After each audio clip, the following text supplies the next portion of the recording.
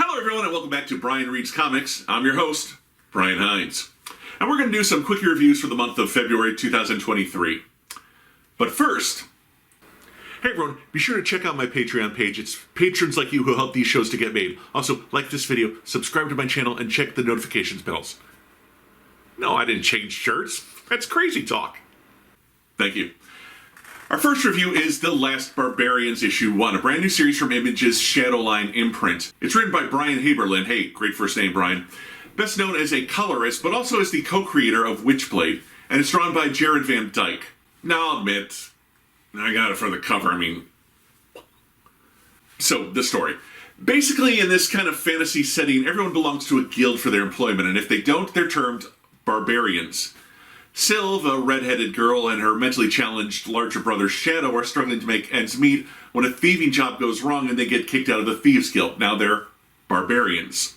From there are all these things like giving an actual giant a stern talking to, multiple job interviews, flying whales, unrequited love, and horned chipmunk tarantulas. Now, visually, this book is a feast for the eyes, but the story isn't breaking any new grounds, with the possible exception of the scene where the much smaller Sylve gives a literal giant a stern talking to.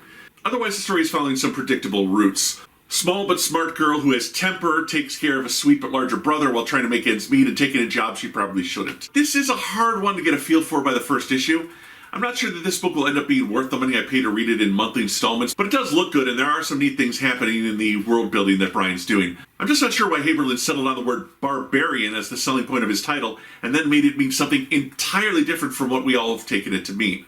I can't really recommend this book, but then I can't really not recommend it either. I don't have a feel for it yet, and that's going to take a few issues. So maybe we'll revisit this down the line.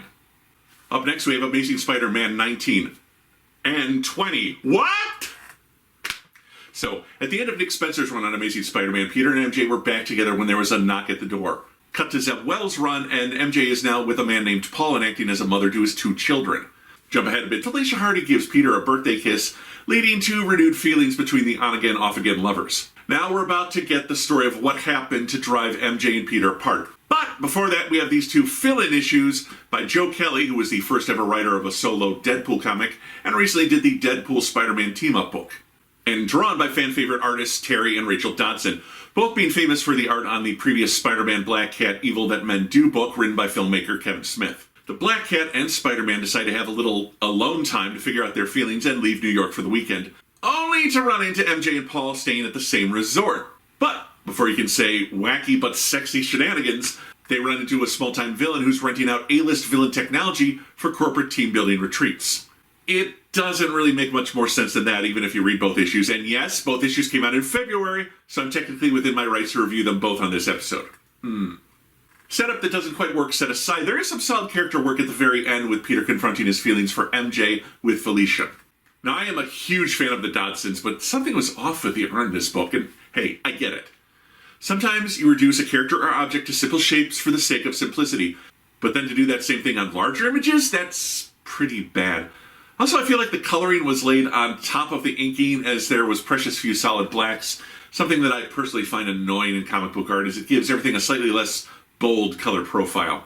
There were flaws in the art, and I'm not sure if it's because the Dodsons were working digitally, which creates an entirely different look than pencil and ink art, or if they were rushing to meet a deadline. I mean, they did get 2 issues done in 1 month. But the flaws are there and noticeable. That said, the majority of the art is very nice by the husband and wife team.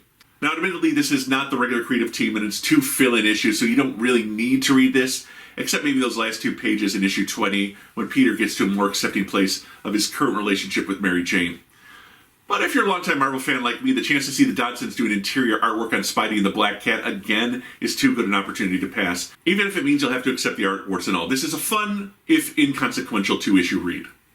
And finally, we have Swamp Thing Green Hell number 2. Now, you may remember that I reviewed Swamp Thing Green Hell number 1 on Comic Book Issues about 10 months ago. Well, issue number 2 finally came out. Actually, they ended up reprinting issue number 1 first because they must have been afraid that no one remembered the first issue coming out. So at the end of issue 1, written by Jeff Lemire, an elderly John Constantine brought Al Holland back to life to fight the new Swamp Thing that was killing off what was left of humanity at the behest of the Parliament's elemental forces of nature. We see where Alk has been spending his afterlife, and he gets thrown into it head first, fighting this new creature. And while he's fighting, he has a falling out with the Parliament of the Green, as Constantine is moving behind the scenes to further save what's left of the human race. And we do get a few more mystical DC characters cameoing, even as most of the book is dedicated to Alec realizing his family wouldn't want him to abandon humanity. There's a lot of monster fights and viscous green goo being splattered in place of blood.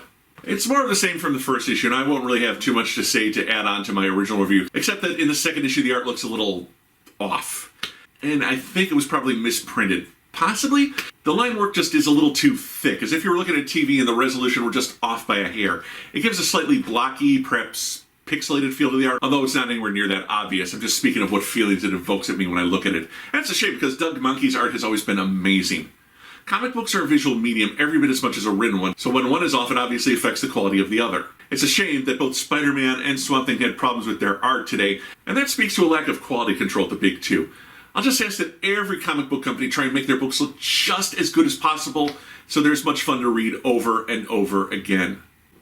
Okay, my friends, thank you for joining me. I'll see you here next month for more Quickie reviews of March 2023. Hey, new comic book issues reviews are coming. I am working on them, so you're going to get longer, more in-depth reviews. I've just had a lot on my plate lately, but they are coming.